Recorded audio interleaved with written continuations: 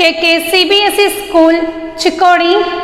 आज की इस कक्षा में बच्चों हम पढ़ने जा रहे हैं विकारी शब्द यानी कि प्रयोग के आधार पर शब्द के कौन से भेद पढ़ते हैं, कौन से भेद होते हैं। पिछली कक्षा में हमने शब्द के बारे में जाना। शब्द यानी कि वर्णों का सार्थक या व्यवस्थित समूह। इन शब्दों के भेद के बारे में भी हमने चर्चा की है। शब्दों के भेद कौन कौन से हैं? पहला है उत्पत्ति के आधार पर शब्दों का भेद होता है। दूसरा है रचना के आधार पर। तीसरा प्रयोग के आधार पर हमने देखा है, आज हम देखने वाले हैं। और चौथा है अर्थ के आधार पर। इस प्रकार 4 भेद शब्द के होते हैं बच्चों। हाँ, तो आज हम प्रयोग के आधार पर शब्द के भेद देखने वाले। उससे पहले जो 2 भेदों की हमने पिछले क्लास में चर्चा की है उसके बारे में जानते हैं बच्चों। उत्पत्ति के आधार पर शब्द के 4 भेद मिलते हैं, जो कि पहला है तत्सम, दूसरा है तद्भव, तीसरा है देशी और चौथा है विदेशी। हाँ, तो तत्सम जो संस्कृत के शब्द जो कि तो यानी कि जैसा है वैसा हम हिंदी में उसको उपयोग करते हैं, उदाहरणार्थ जल, ठीक है। और दूसरा जो है तद्भव, जो संस्कृत के शब्द होते हैं वो हिंदी में आने के बाद उनका परिवर्तन हो जाता है, ऐसे शब्दों को तद्भव कहते हैं। जैसे कि तत्सम शब्द जो जल है उसका अगर हम परिवर्तन करते हैं तो वो होगा पानी, नीर, इस प्रकार का उन्हें हम क्या कहते हैं? तद्भव शब्द कहते हैं। समझ में आ रहा है? उसी के साथ साथ देशी और विदेशी, इन 2 शब्दों के बारे में भी हमने जाना है। देशी शब्द वे होते हैं कि क्षेत्रीय भाषा। हाँ, जिस क्षेत्र में जो भाषा बोली जाती है वहाँ कुछ शब्द होते हैं, उन शब्दों का उपयोग भी हम अपनी भाषा में करते हैं, वो देशी शब्द कहलाते हैं। और विदेशी शब्द यानी कि आगत शब्द, आगत ध्वनियाँ जो बाहर की भाषाओं से आई हुई हैं। यानी कि हम कहते हैं कि हमारी जो हिंदी भाषा है एक सागर की तरह विशाल है बच्चों, और अलग अलग भाषाओं के शब्दों ने इन्हें और भी सुंदर बना दिया है, जिसमें फारसी हो, पुर्तगाली हो, अंग्रेजी हो, हाँ, ऐसे अन्य शब्द भी हम हमारी हिंदी में उपयोग करते हैं। तो ये हुए उत्पत्ति के आधार पर।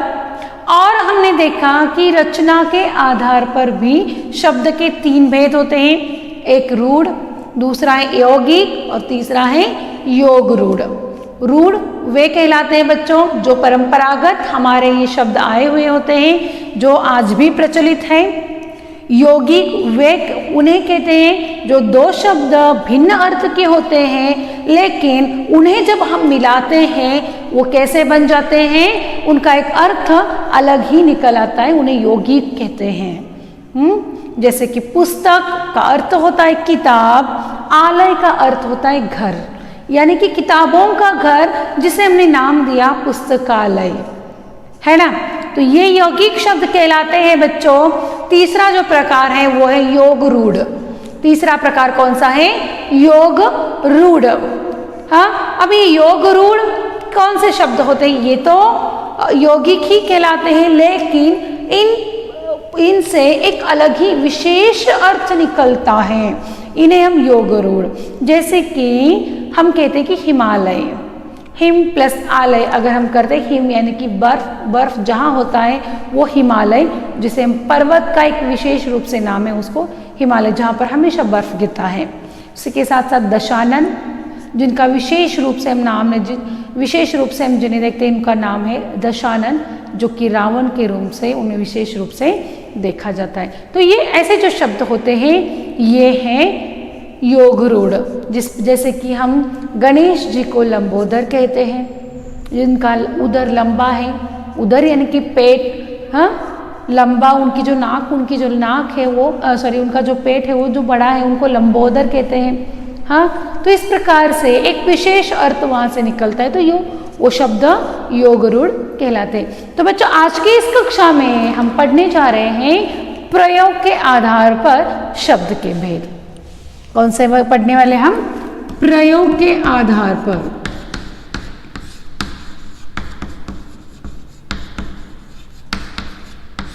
प्रयोग के आधार पर शब्द के भेद। ठीक है, अब प्रयोग के आधार पर शब्द के कौन से भेद आते हैं? प्रयोग के आधार पर शब्द के दो भेद हैं बच्चों। कितने भेद हैं? दो। पहला है विकारी और दूसरा है अविकारी।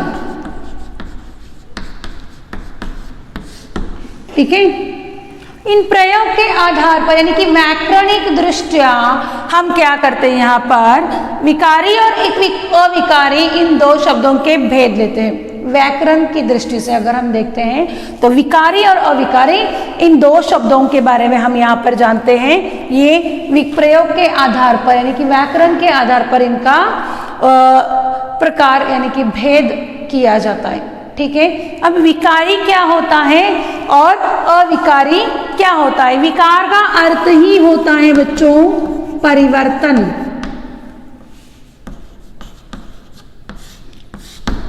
परिवर्तन आना, शब्दों में ही परिवर्तन आना, जो कि लिंग हो, वचन हो, काल हो, क्रिया हो, इनके माध्यम से जिन शब्दों में बदल होता है उन्हें हम विकारी शब्द कहते हैं। और इनके भी और चार भेद हुए।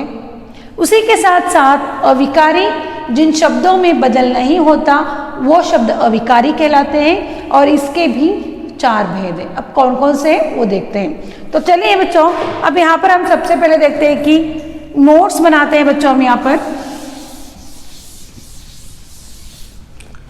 प्रयोग के आधार पर शब्द के भेद। प्रयोग के आधार पर शब्द के दो भेद हैं। ठीक है बच्चों, कितने भेद हैं? दो। पहला है विकारी शब्द और दूसरा है अविकारी।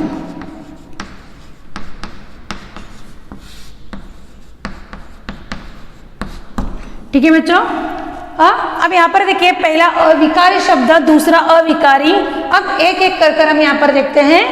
पहला लेते हैं विकारी शब्द। अब विकारी शब्द यानी कि क्या?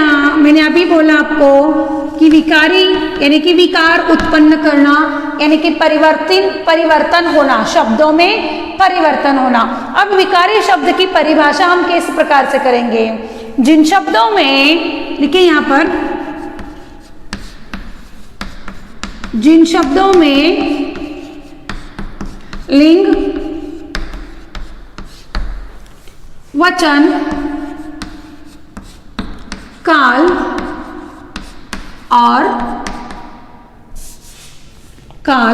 और क्रिया के माध्यम से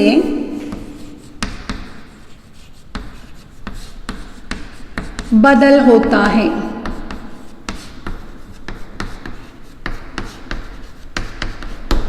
उन्हें हम विकारी शब्द कहते हैं।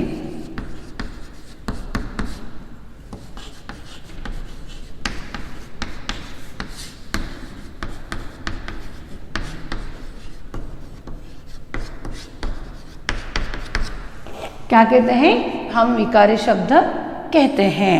अब विकारी शब्द के चार प्रकार हैं, वो कौन कौन से हैं? यहाँ पर पॉइंट करते हैं बच्चों हम यहाँ पर। विकारी शब्द के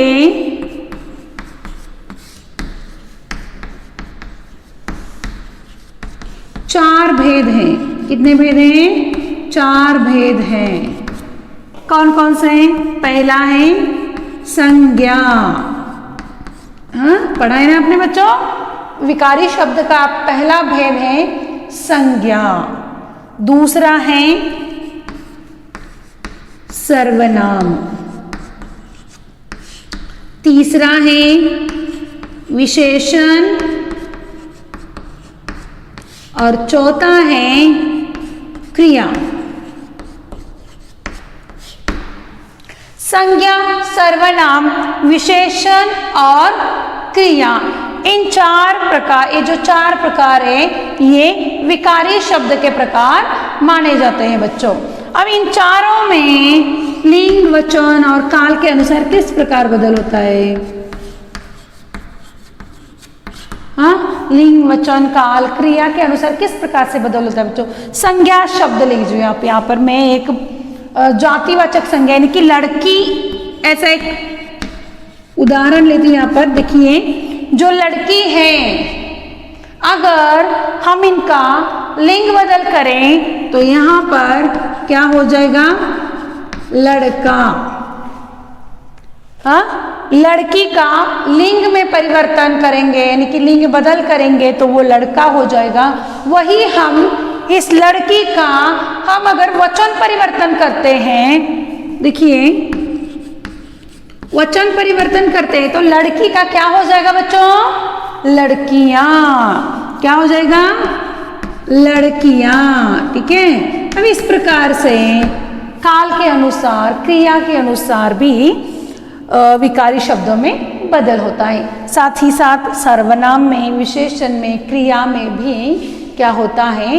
इन विकार लिंग, वचन, काल, ये जो क्या है? विकार है, लिंग और वचन, इनके माध्यम से शब्दों में परिवर्तन आता है। हाँ, और इसीलिए इन्हें हम क्या कहते हैं? विकारी शब्द कहते हैं बच्चों। ठीक है बच्चों।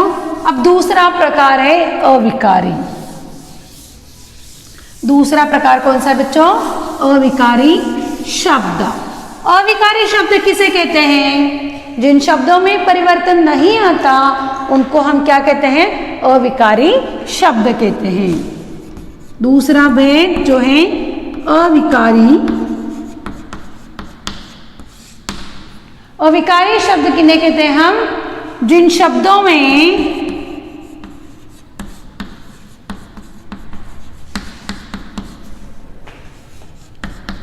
परिवर्तन नहीं आता,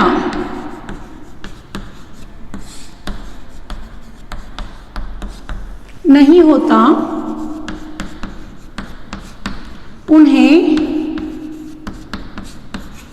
अविकारी शब्द कहते हैं।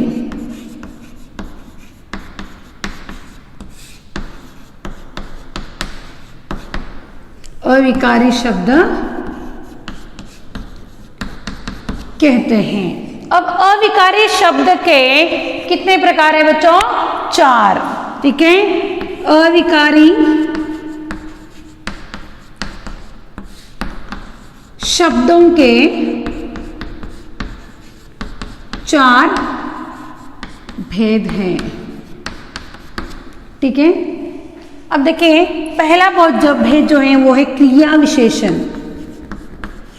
क्रिया विशेषण पहला भेद कौन सा इनका? क्रिया विशेषण। दूसरा है संबंध बोधक अव्यय।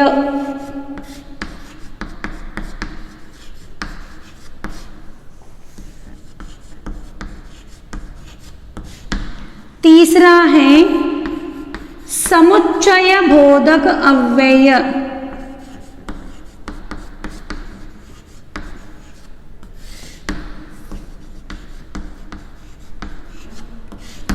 और चौथा है विस्मयादि बोधक अव्यय।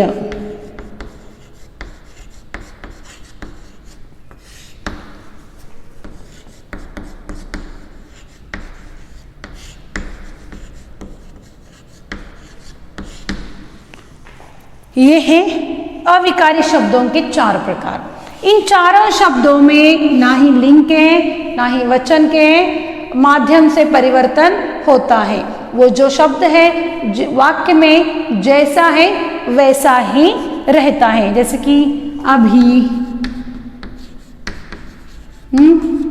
उधर, ऐसे जो शब्द आते हैं। साथ ही साथ विस्मयादि यानी कि आश्चर्यजनक, अरे, ऐसे अरे रे कहकर जो चिन्ह दिए जाते हैं, ऐसे जो शब्द होते हैं इनमें परिवर्तन नहीं आता। तो ये शब्द जो है वो अविकारी कहलाते हैं। समझ में आया बच्चों? प्रयोग के आधार पर शब्द के 2 भेद मिलते हैं हमें यहाँ पर। एक है विकारी, दूसरा है अविकारी। ठीक है। पहला है विकारी, दूसरा अविकारी। विकारी यानी कि लिंग, वचन, कारक, इनके माध्यम से क्या हो जाता है, उनमें परिवर्तन आ जाता है, इसीलिए हम उन्हें क्या कहते हैं, विकारी शब्द कहते हैं। विकारी शब्द के 4 भेद हैं, कौन कौन से, संज्ञा, सर्वनाम, विशेषण और क्रिया। और अविकारी यानी कि जिन शब्दों में लिंग, वचन, कारक, इनके माध्यम से परिवर्तन नहीं होता, उन्हें हम अविकारी शब्द कहते हैं। हाँ, उनके भी 4 भेद हैं। उन 4 भेदों का नाम हमने यहाँ पर लिखा है, जैसे कि पहला भेद है क्रिया विशेषण, दूसरा संबंध बोधक, तीसरा समुच्चय बोधक और चौथा है विस्मयादि बोधक अव्यय। इस प्रकार विकारी और अविकारी के 4 भेद होते हैं बच्चों। और आपकी कक्षा के लिए, इस वर्ष के लिए विकारी शब्दों के 4 भेदों के बारे में आज हम आगे की कक्षा में जानकारी लेने वाले हैं बच्चों। ठीक है बच्चों, आज की ये कक्षा यहीं पर समाप्त होती है। धन्यवाद।